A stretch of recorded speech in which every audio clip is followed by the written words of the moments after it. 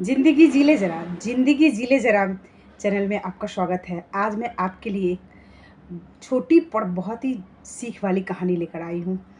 शायद आपको अच्छा लगे। मुझे तो अच्छा लगा, इसलिए मैंने सोचा आप लोगों से भी शेयर करूँ। तो कहानी ये है कि हर कर्म का हमें फल मिलता है और संगति का भी हमें असर होता है हमारे ऊपर। तो इस कहानी में ये है संत की संगति और सत्संग का क्या लाभ है हमारे जीवन में। संत जो होते हैं ना, वो हर किसी की भलाई ही करते हैं, और सत्संग अगर आपके कान में उसका एक भी अंश, एक भी अक्षर आपको पड़ जाए तो आपके जीवन को तार देगा। तो चलिए हम कहानी की शुरुआत करें। एक चोर था। उसने अपने बेटे को विरासत में चोरी ही सिखाई। साधारण सी बात है, जो जैसा रहेगा अपने संतान को ऐसा ही बनाना चाहेगा, वो अपने से अच्छा ही बनाना चाहेगा। चोर ने सोचा मैं तो चोर हूँ, मैं अपने बच्चे को अपने से भी अच्छा चोर बनाऊँ। तो बच्चा चोरी करना सीख गया। बाप ने पूरी तरह से उसके चोरी में उसे दक्ष कर दिया था, निपुण कर दिया था। पर उसके पापा जब मरने लग गए, मरने के जब अवस्था में आए, तो उन्होंने अपने बेटे से कहा, बेटा दुनिया में हर किसी की संगति करना, हर जगह जाना, पर दो चीज़ों से दूर रहना। एक संत से दूर रहना, कभी संत की संगति मत करना, और सत्संग, वहाँ तुम गलती से भी मत जाना, भूल करके भी मत जाना। बेटे ने कहा ठीक है। पर बेटे के मन में कौतूहल हो गया कि ऐसा क्या है संत और सत्संग में। एक बार उसके गांव में सत्संग हो रहा था, तो लोग सब कह रहे थे अरे संत, बहुत बड़े संत आए हैं, सत्संग हो रहा है, चलना है चलना है। पर उसने सोचा मेरे पिताजी ने तो मुझे कहा था दूर रहने के लिए। पर होती है ना मन की जिज्ञासा, मन को जिस तरफ से कहोगे नहीं जाओ वो उस तरफ जरूर जाएगा। तो जब वो लड़का, उसने सोचा कि चलो कोई नहीं, एक बार सुन तो ले।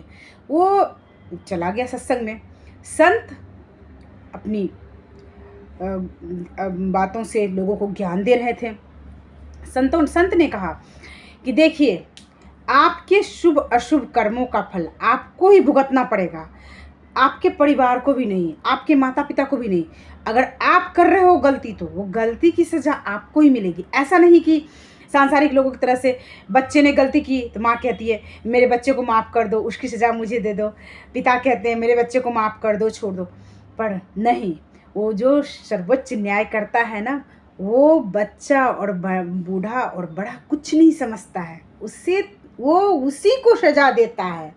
उसकी नज़रों में ये संसार के जितने भी मनुष्य हैं, जो भी है संसार में कीट पतंगे, उनकी नज़रों में सब बराबर है, और जो करेगा उसी को सजा मिलेगी।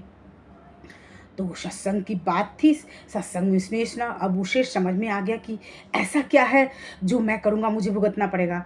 तो वो संत के पास गया। तो उसने संत के पास जाकर कहा कि महात्मा जी देखिए, मैं बहुत बड़ा चोर हूँ। तो क्या मैंने जो अच्छी बुरे जो कर्म किए हैं, मैंने लोगों की चोरियाँ की है, मैंने लोगों को परेशान, क्या मुझे वो दुख दर्द भुगतना पड़ेगा? किसी को मैंने परेशान किया, किसी की मेहनत की गाढ़ी कमाई मैंने ले ली। तो महात्मा जी ने कहा एकदम तुम्हें भुगतना पड़ेगा। तुमने कर्म किया है तो सजा तो तुम्हें मिलेगी ही मिलेगी।